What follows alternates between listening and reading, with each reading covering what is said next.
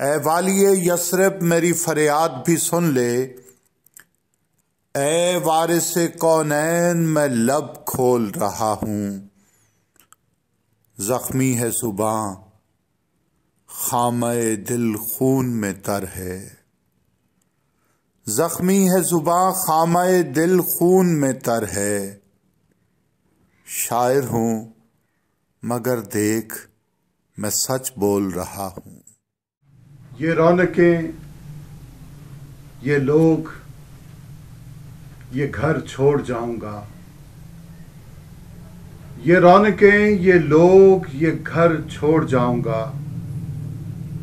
ایک دن میں روشنی کا نگر چھوڑ جاؤں گا۔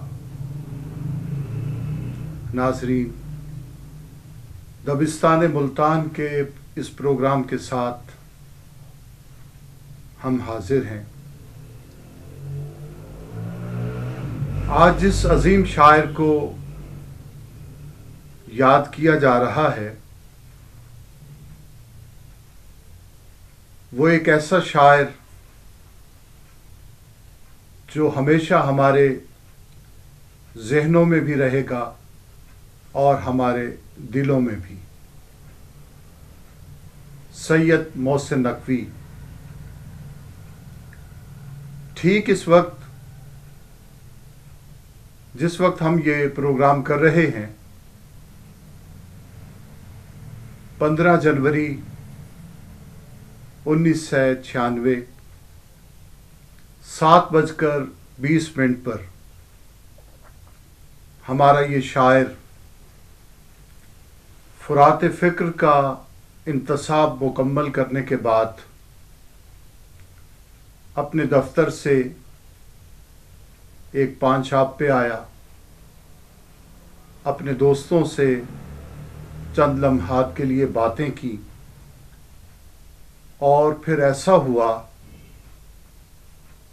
کہ ادب کے اس شہسوار کو درندوں نے گولیوں کا نشانہ بنا دیا۔ ہمارا معاشرہ خدا جانے کتنا ابتر ہوتا جا رہا ہے۔ وہ ادیب، وہ شاعر، وہ مفکر جن کی حفاظت ہمیں اپنی آنکھوں کی طرح کرنی چاہیے تھی، اب ایسا ہوا کہ ہم ان کی بھی حفاظت نہیں کر پا رہے۔ اس آواز کو ہم سے بچھڑے ہوئے 27 برس بیت گئے، لیکن آج بھی ایسا ہی محسوس ہوتا ہے کہ کسی مشاعرے میں اب اپنی غزل سنانے کے لیے، اپنی تازہ نظم سنانے کے لیے محسن نقوی آ رہے ہیں، اور یہ یقیناً ایک زندہ شاعر کی علامت ہے کہ جو جا کر بھی کبھی نہیں جاتا۔ ناظرین، ہماری خوش بختی ہے کہ ہمارے درمیان ادب کی ایک ایسی ممتاز شخصیت تشریف فرما ہے جن کے سامنے بیٹھ کر اس عظیم شاعر نے شاعری کے اور ادب کے آداب سیکھے۔ میری مراد محترم ڈاکٹر اسد اریب صاحب۔ میں آج کے اس پروگرام میں ان سے یہ گزارش کروں گا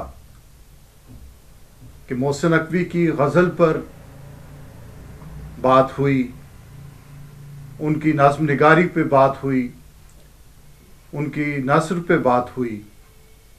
وہ شاعر جو برگ صحرا تخلیق کرتا ہے، ردائے خواب لکھتا ہے، آج اس کے موج ادراک پر کچھ گفتگو ہمیں سنائیے۔ درخواست کروں گا ڈاکٹر اسد اریب صاحب سے۔ شکریہ۔ میں اپنی فکر میں ایک ایسی دولت رکھتا ہوں کہ جو شاید بہت کم لوگوں کے پاس ہوگی۔ وہ یہ ہے کہ میں اپنے گزرے ہوئے زمانوں کو اپنے آپ سے بہت دور نہیں پاتا ہوں، واہ واہ قریب پاتا ہوں۔ واہ 4 دہائیاں گزریں، یہی کوئی 40 برس پہلے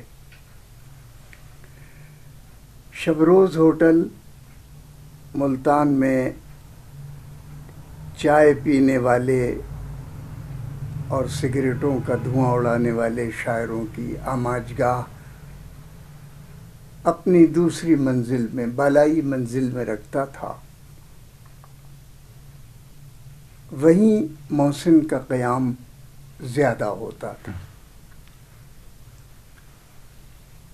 یہی زمانے جنہیں میں نے کہا کہ مجھ سے دور نہیں ہیں، یہ 40-41 برس پہلے کل کی سی بات لگتی ہے۔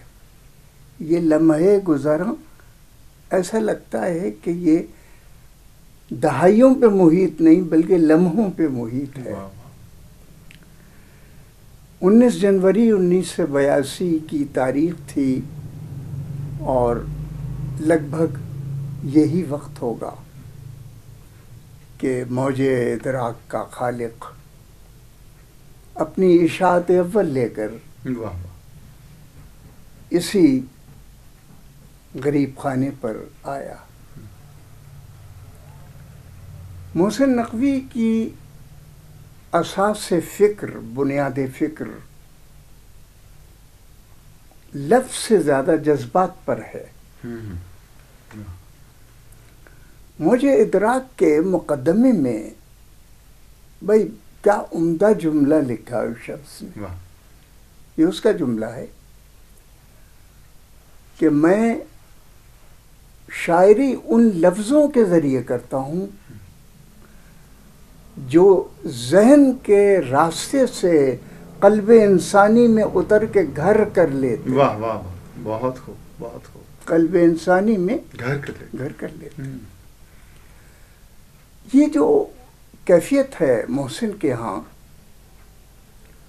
یہ اس کو اس عہد کا ایک امتیاز عطا کرتی ہے۔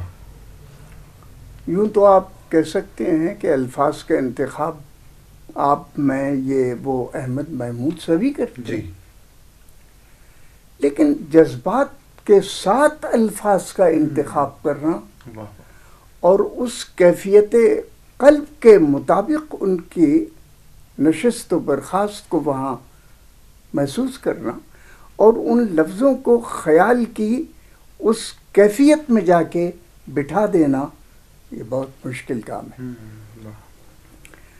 خاص طور پر جو لوگ مجھے بطور طالب علم کے یہ کہنے کی اجازت دیجیے، خاص طور پر وہ لوگ جو اس وقت شاعری کا دفتر ہاتھوں میں لیے پھر رہے ہیں، ان کے ہاں جذبات اور الفاظ کی مطابقت نہیں ہے۔ بالکل صحیح۔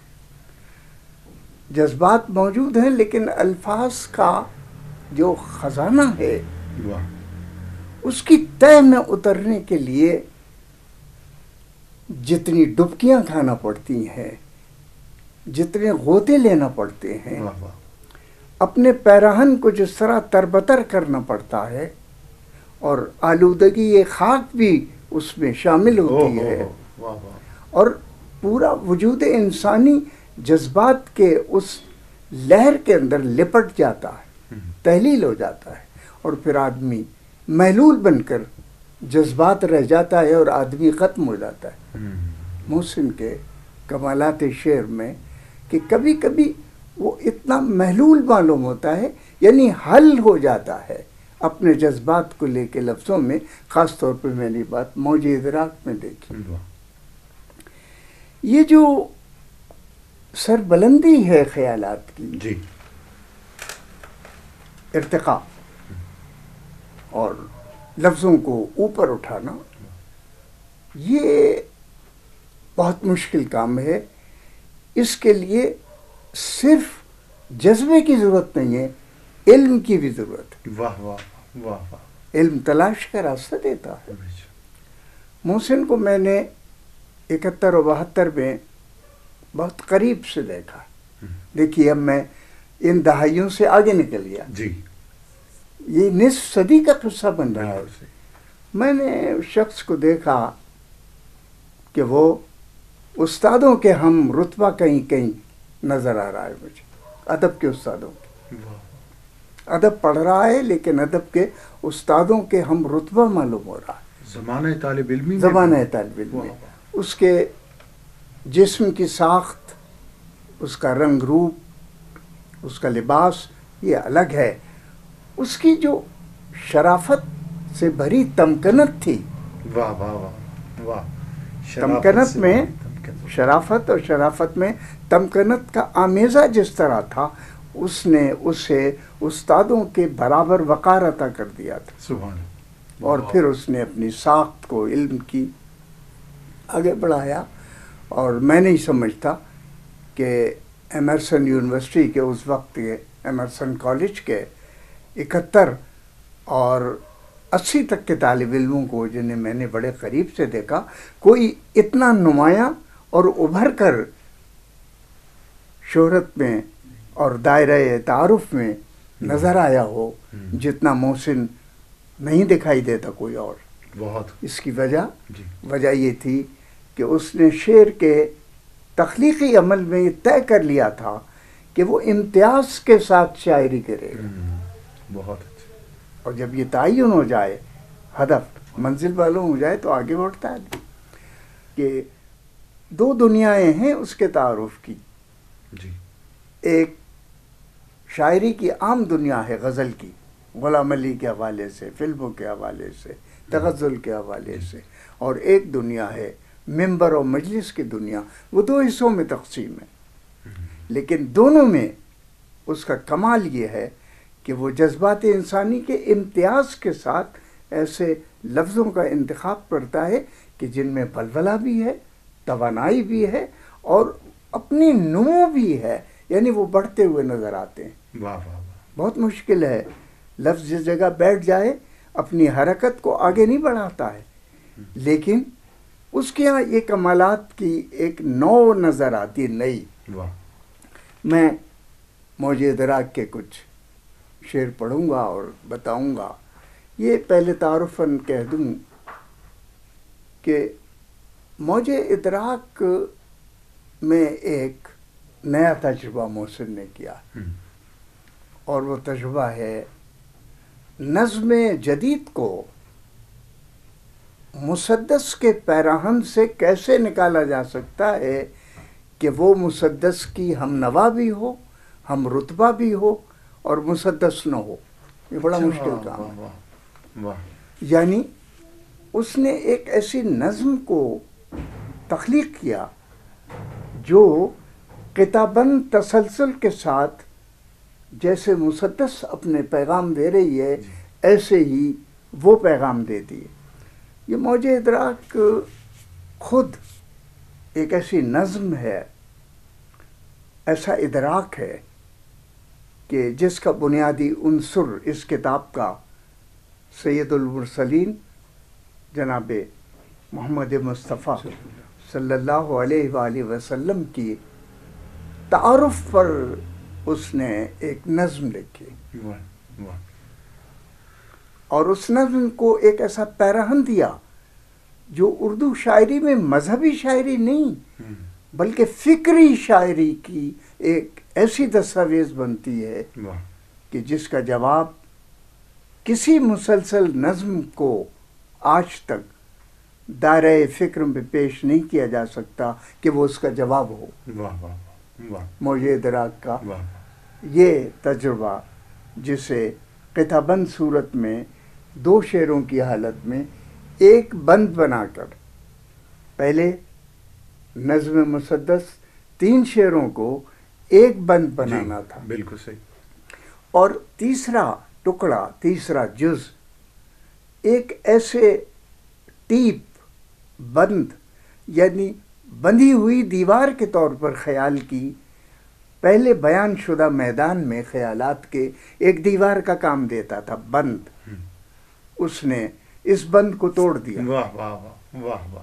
اس بند کو اٹھا دیا اور اس نے ہر ٹکڑے کو 2 شعروں 4 مصروں میں بڑھا کے، یعنی مربع کیفیت میں جو ترویع ہے، جی تخمیس کہلاتی ہے، تصدیس کہلاتی ہے، مسدس ہے، مخمس ہے، اس سے ایک الگ تجربے کی طرف رکھا۔ یہ میں مناسب سمجھتا ہوں کہ اس ادراک کو، اس کا نام بھی اس نے نگہبان رسالت رکھا ہے۔ اس تجربے کا نام اے اہل فکر جو تخلیق کے شیش محل میں اپنے قدم رکھنے کا ارادہ رکھتے ہو، تخلیق اے نازک خیالو، واہ واہ واہ، اے شبنمی احساس کی قدر کرنے والے شاعروں، لازم ہے کہ اس تجربے کو اپنے اس خالق عصر کے کتاب فکر کو دیکھو۔ واہ واہ، بہت خوب۔ اس زمانے کی خلاقی میں اس نے شعر کے نئے تجربے کو واہ، ایک مرقع مثال کی صورت میں پیش کیا، نگہبان رسالت۔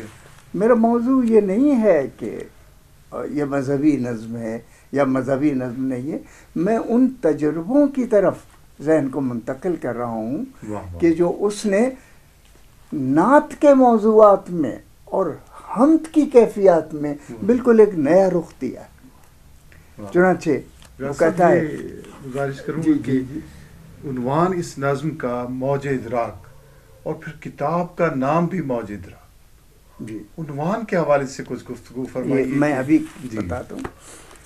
میں نے ابھی ایک لفظ کہا تھا کہ اس شخص کا، محسن کا شعور بڑا امتیازی ہے، اور ہمارے عہد کے بہت کم لوگ ہیں کہ جنہوں نے اس امتیاز کو ادراک کے طور پر قبول کیا۔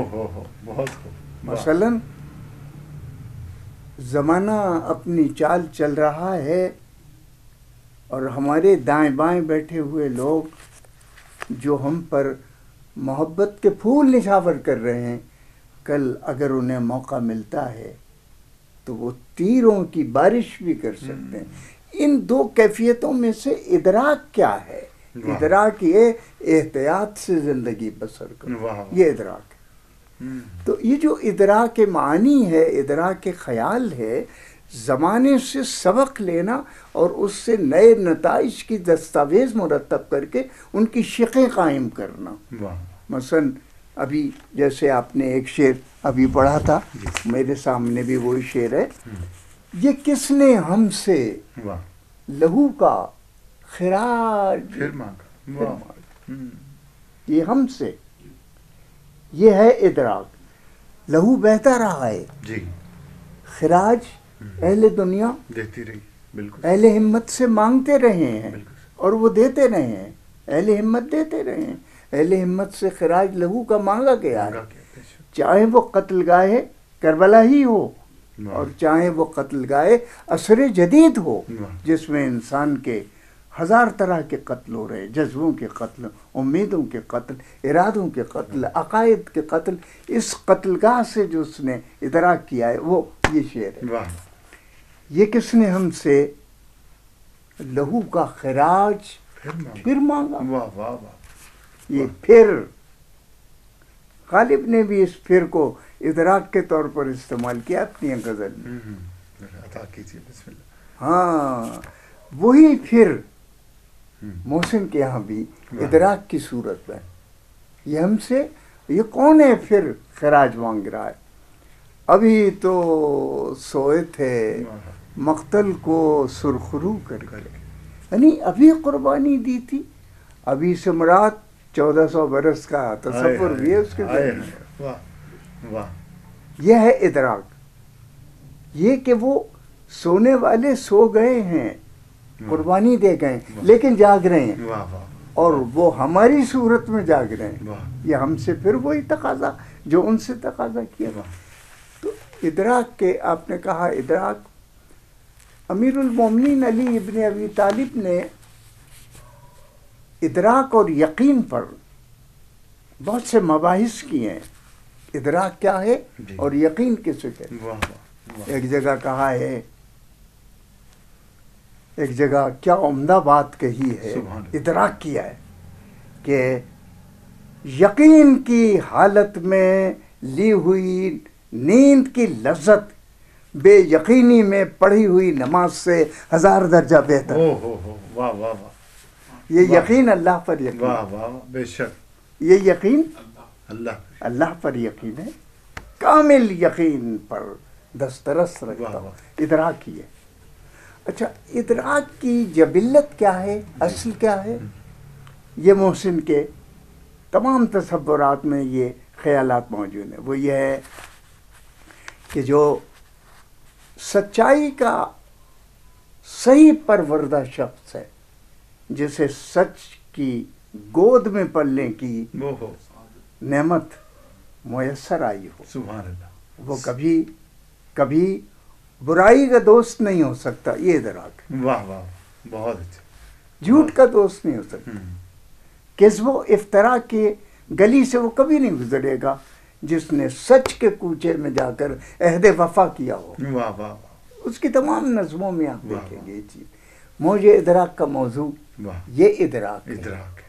اور یہ ڈاکٹر صاحب ادراک کی یہ اتنی بڑی روشنی کہاں سے پائی محسن؟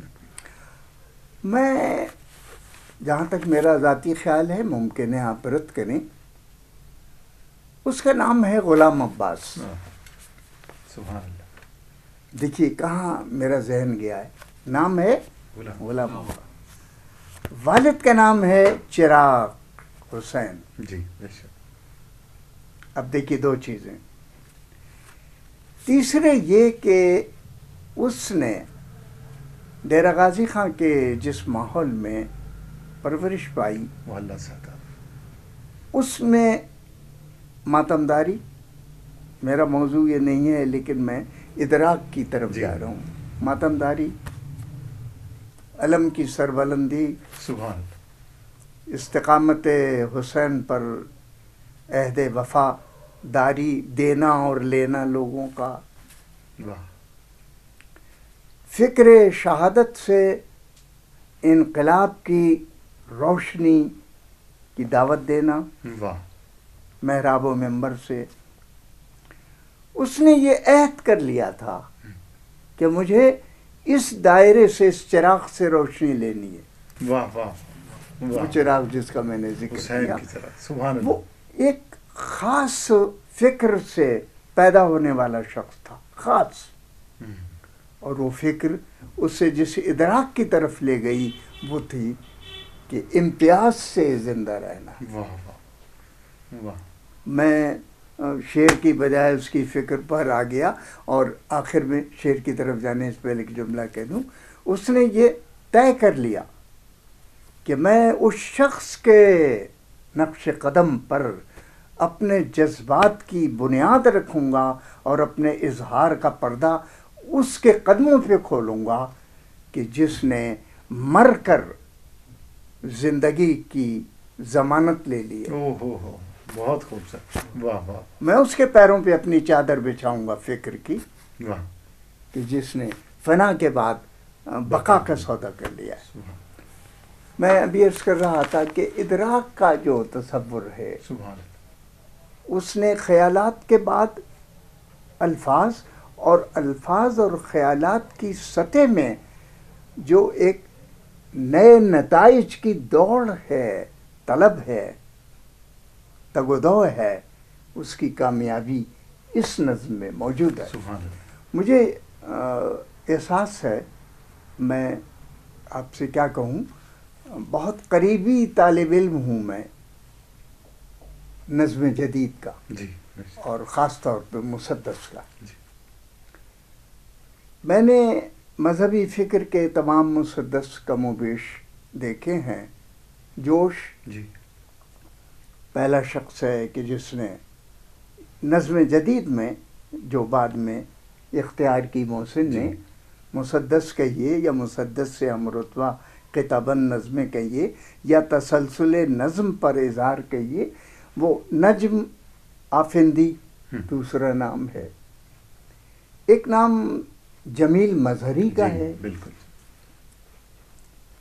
نسیم امروی کا نام آتا ہے، ڈاکٹر صفدر حسین کا نام ہے، آل رضا، یہ سب نظم مسلسل کے لکھنے والے، جدید نظم کے، مذہبی نظم کے، جسے مسدس بھی کہا گیا اور نظم جدید بھی کہا گیا، ان سب لوگوں میں ڈاکٹر صفدر حسین کا نام آتا ہے، سکندر مہدی کا نام آتا ہے، صبا اکبر آبادی کا نام آتا ہے، کوثر الہ آبادی کا نام آتا ہے، قمر زیدی کا نام آتا ہے، ڈاکٹر ہلال نقوی کا نام آتا ہے، بڑے بڑے نام اس میں ہیں۔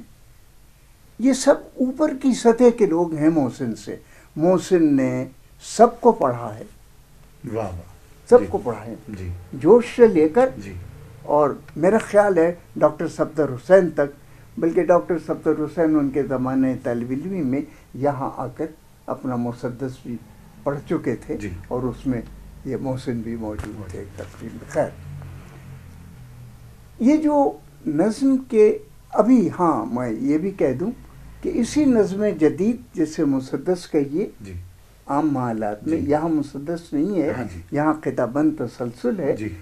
ابھی کینیڈا اور امریکہ کے کچھ لوگوں کے مراثی مسدس کی شکل میں نظم جدید کی آئے ہیں، اور اختر آصف زیدی صاحب نے انہیں مرتب کیا ہے۔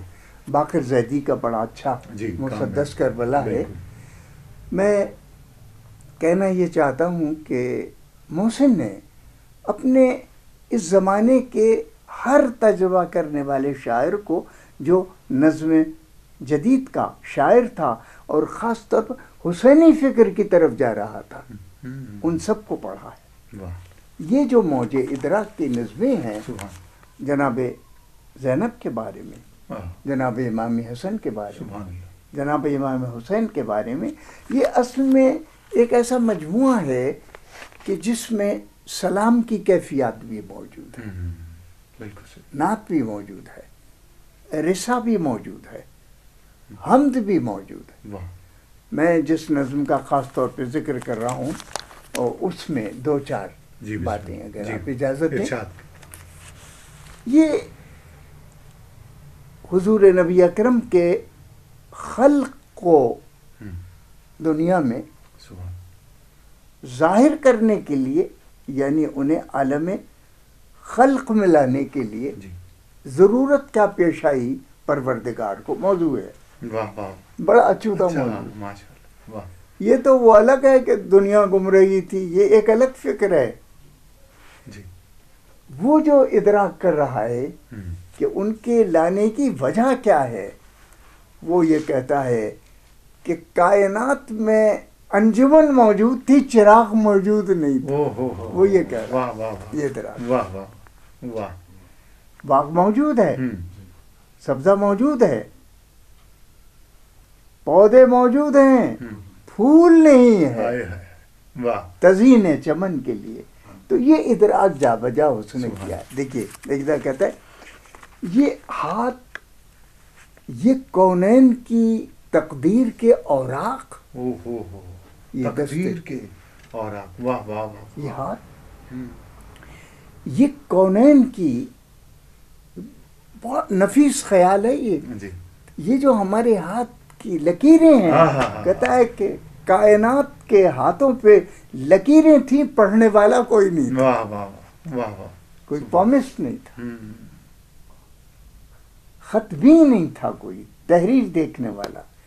یہ ہاتھ، یہ کونین کی تقدیر کے اوراق، یہ خط، یہ خد و خال، رخ مصحف و انجیل، انجیل بھی ہے، واہ واہ واہ، اور مصاحف قدیمہ بھی موجود ہیں اس کے چہرے پہ، یہ پاؤں، واہ، یہ مہتاب کی کرنوں کے معابد، واہ، یہ نقش قدم بوسہ گہے رف رف جبریل، واہ واہ واہ واہ، یہ بوسہ گہے رف رف جبریل، یہ رفت دستار واہ، ہے یا اوج تخیل، واہ واہ، یہ بندے قبا ہے کہ شگفت گل ناہید، یہ سایہ داماں ہے کہ پھیلا ہوا بادل، یہ صبح گریباں ہے کہ خمیازہ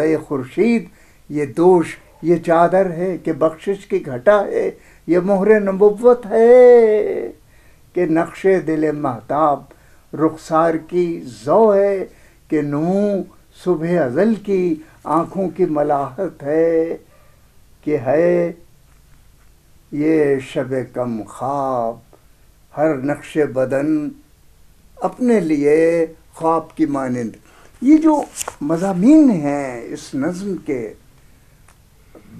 اس قدر نئے تجربے کے ساتھ اور ایسی خیال کی نئی یافت کے ہم دوش ہو کر اس نظم میں اتر رہے ہیں کہ نظم کا ایک نیا پیکر بطور شعر بھی سمجھ میں آ رہا ہے اور بطور شعور بھی سمجھ میں آ رہا ہے۔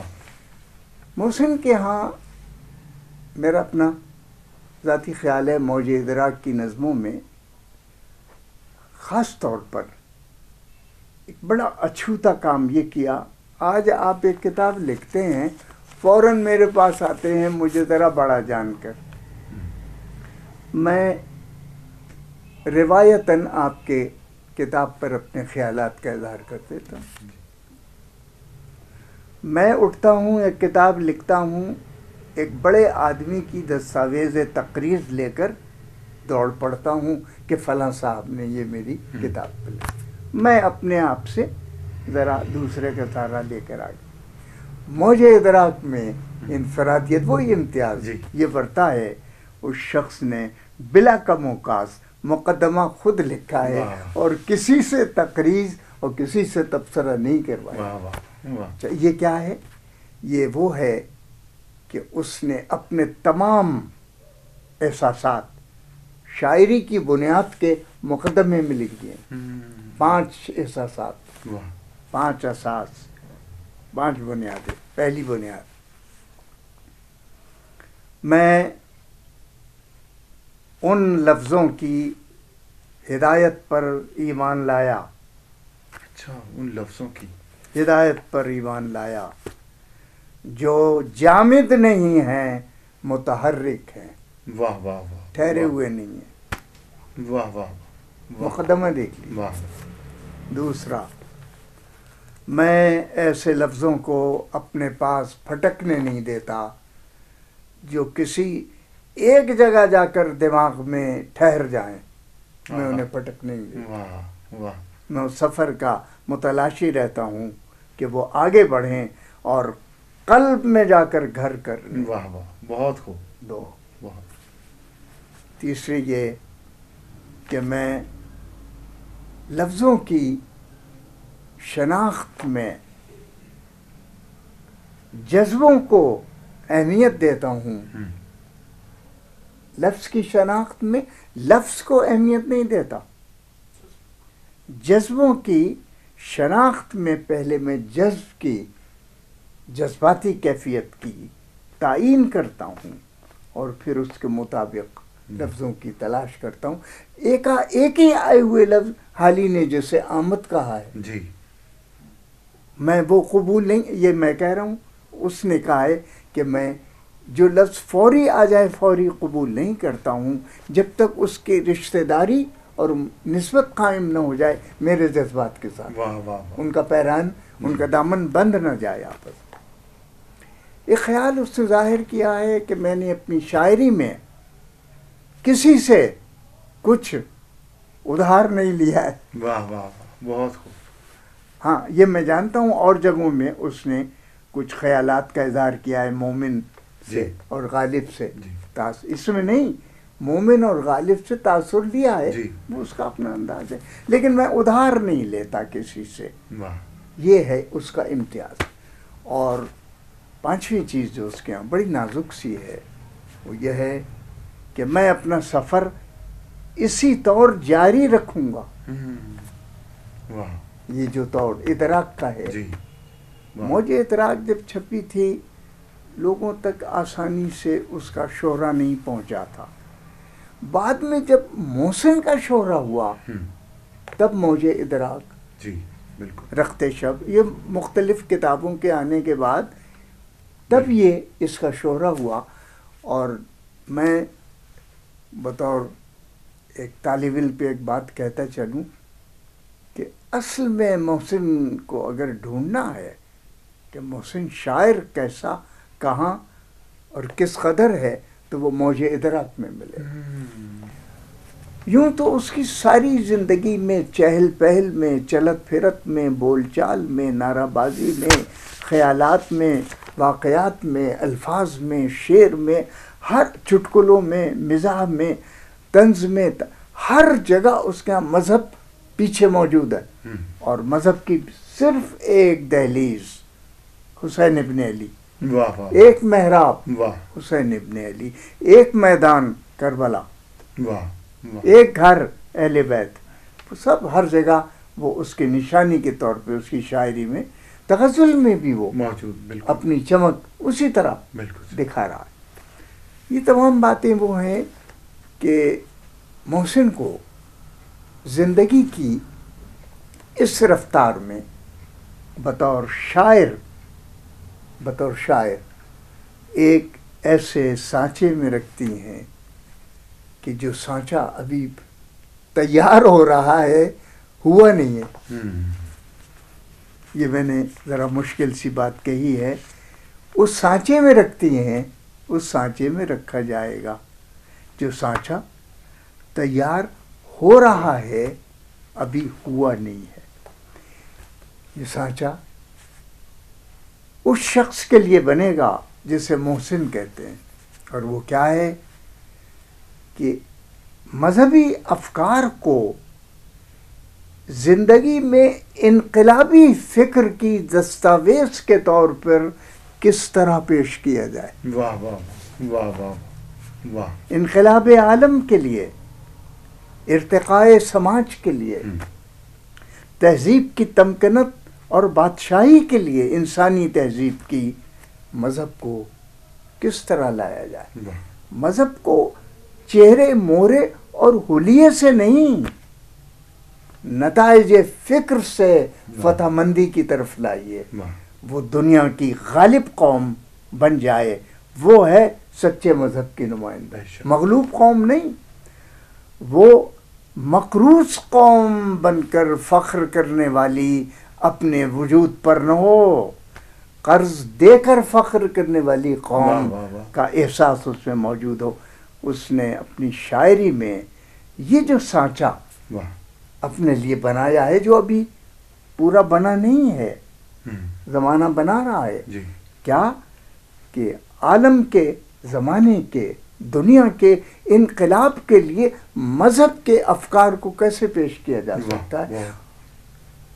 ہمارے اہل علم ممبر سے یہ کام اتنا نہیں کر سکتے کہ وہ ایک طرف رہتے ہیں.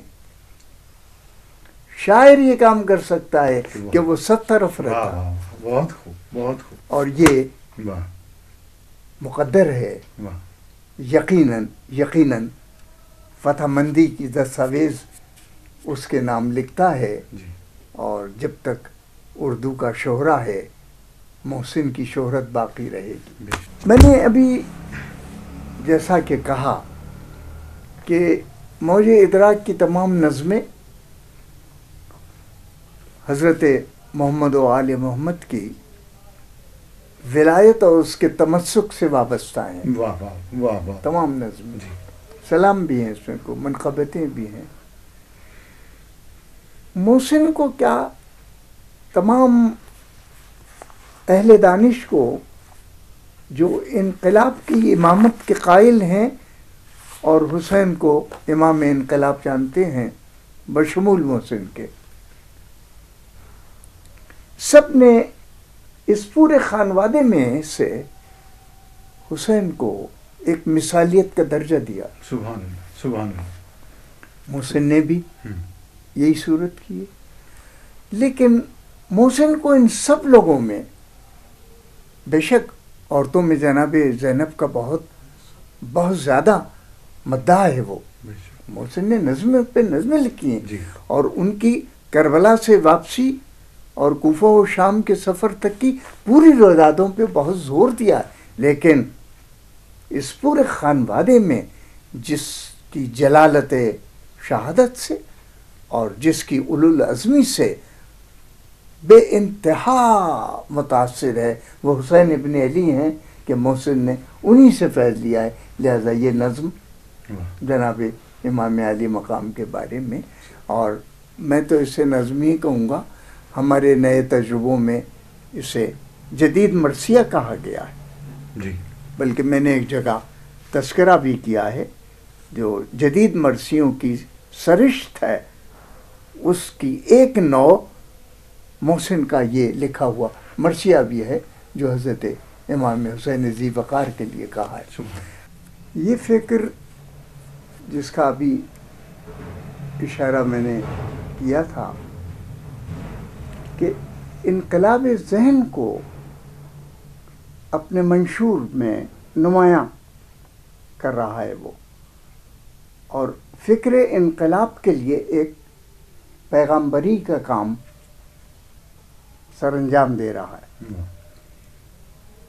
اس کی تمام نظمیں ایک طرف رکھ دیجئے اور غزلوں کا مجموعہ ایک طرف رکھیے. آپ بند قبا دیکھ لیجئے اور بہت سے اشعار نکال کے ادھر ادھر سے.